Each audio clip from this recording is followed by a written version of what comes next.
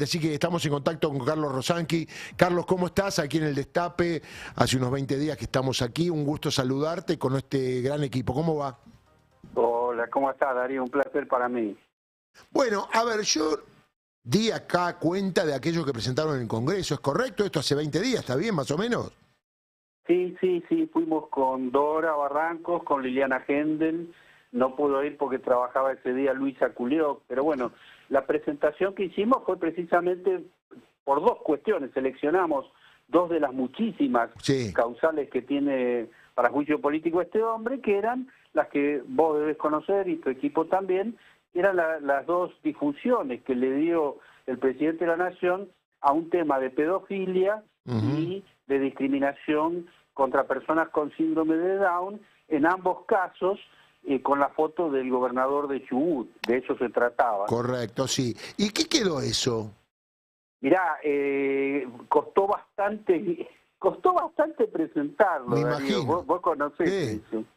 Incluso, mirá, anécdota, nos encontramos en un bar con Liliana Hendel y Dora, y yo les dije, miren que esto no es fácil, porque todo el sistema está preparado para no aceptarte una cosa así. Es como una lucha. Y viste, una compartí cuesta conmigo arriba. que tuvo poca difusión, ¿no? Compartí conmigo eso, ¿no? Un hecho tan grave, juicio político al presidente, en ese contexto, y por las razones que ustedes expresaban, que yo supongo que todo el mundo va a decir, sí, algo tiene que decir el presidente o hacer, o lo tienen que llamar para que dé explicaciones, mínimamente, porque no dijo nada del tema nunca. Tenés total razón, pero tiene que ver con el contexto que estamos viviendo. O sea, no es casual que no se comente una cosa tan delicada, porque ¿quién puede defender la difusión de la discriminación contra personas con una discapacidad? Es inconcebible, pero bueno, es parte de lo que necesitamos entender para avanzar.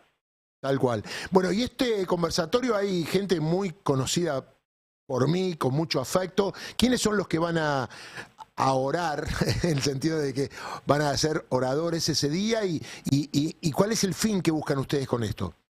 Mirá, es José Ubeira, Eduardo Barcesat, Maximiliano Rusconillo. Apa.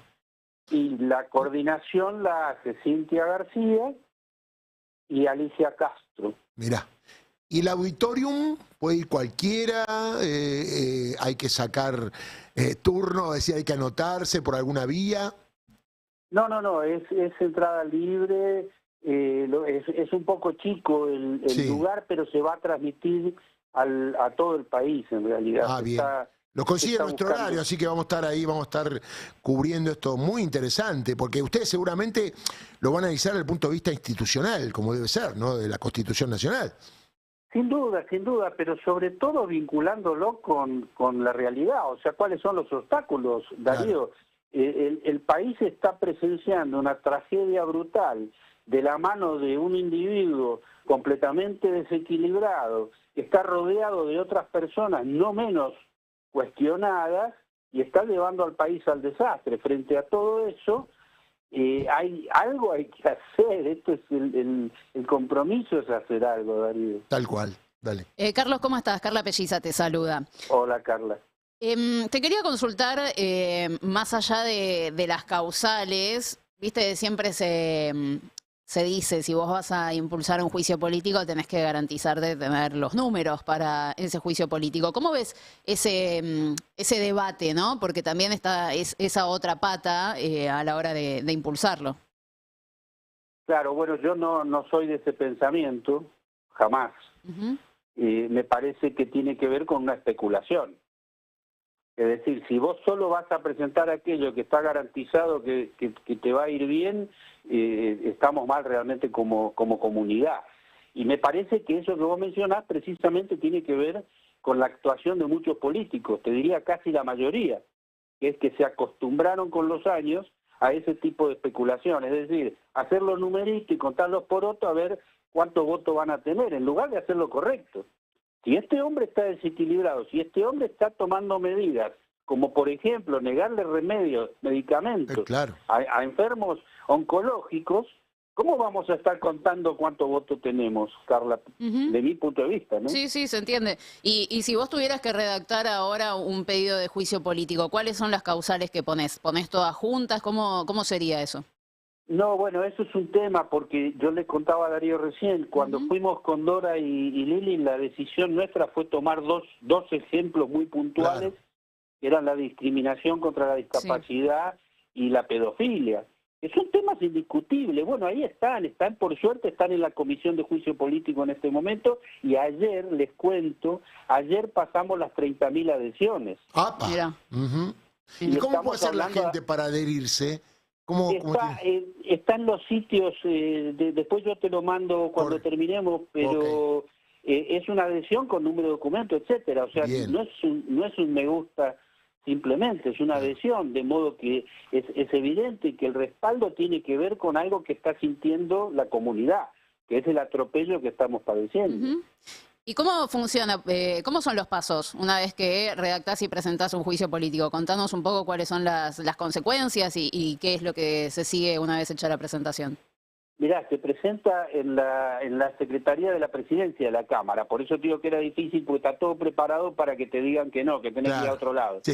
¿Viste? Cuando el trámite del arbolito, claro, tiene que ir para allá, tiene que ir para allá. No, es extraordinario. Lo que pasa es que si ustedes la conocen a Dora Barranco y a Lili Hendel... Sí, la conocemos. No, nos plantamos ahí, Dora con su bastón, miramos fijo y en un rato teníamos superado los obstáculos. Bueno, la realidad es que eso pasó de la presidencia, pasó a la Comisión de Juicio Político, que lo tiene que analizar, y si eso es aprobado en comisión, pasa a recinto, tiene que haber una mayoría especial para decidir el juicio político, y en ese caso pasa al Senado, donde diputados actúan como acusadores. Correcto. Y el Senado actúa como juzgadores. Bien. Digamos que diputado es como el fiscal, diríamos, de si fuera un juicio. Así exactamente, que, bueno, sostienen la acusación concreta. ¿Martín? Sí, estaba pensando un poco el rol que juega la Corte en esto, digo, porque efectivamente la Corte también está siendo observada por el mismo procedimiento, por el mismo mecanismo, y me acuerdo, digamos, cuando contabas recién la cuestión de tener o no tener los votos, que en su momento también se discutió si avanzar o no en el Congreso con el juicio a los integrantes de la Corte, y en algún punto creo que aún no teniendo los votos valía la pena discutir al menos, ¿no? Digo, cuáles son los argumentos detrás del pedido de juicio político. ¿Vos creés que independientemente de que se consiga el cometido final, que es digamos, avanzar en el proceso de juicio político, vale la pena al menos, aún no teniendo los números, poder hacer pública esta discusión?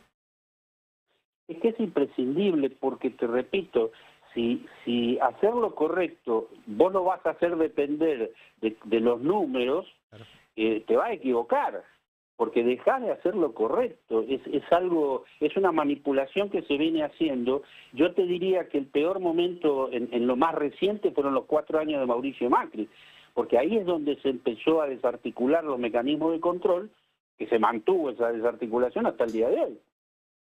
Y entonces se estableció ese principio de, bueno, no presentemos aquello que no tenemos la seguridad que va a contar con la banca suficiente. Esto es una locura. Esto es una locura. El Congreso está para discutir, pero para discutir lo que es correcto y lo que es incorrecto.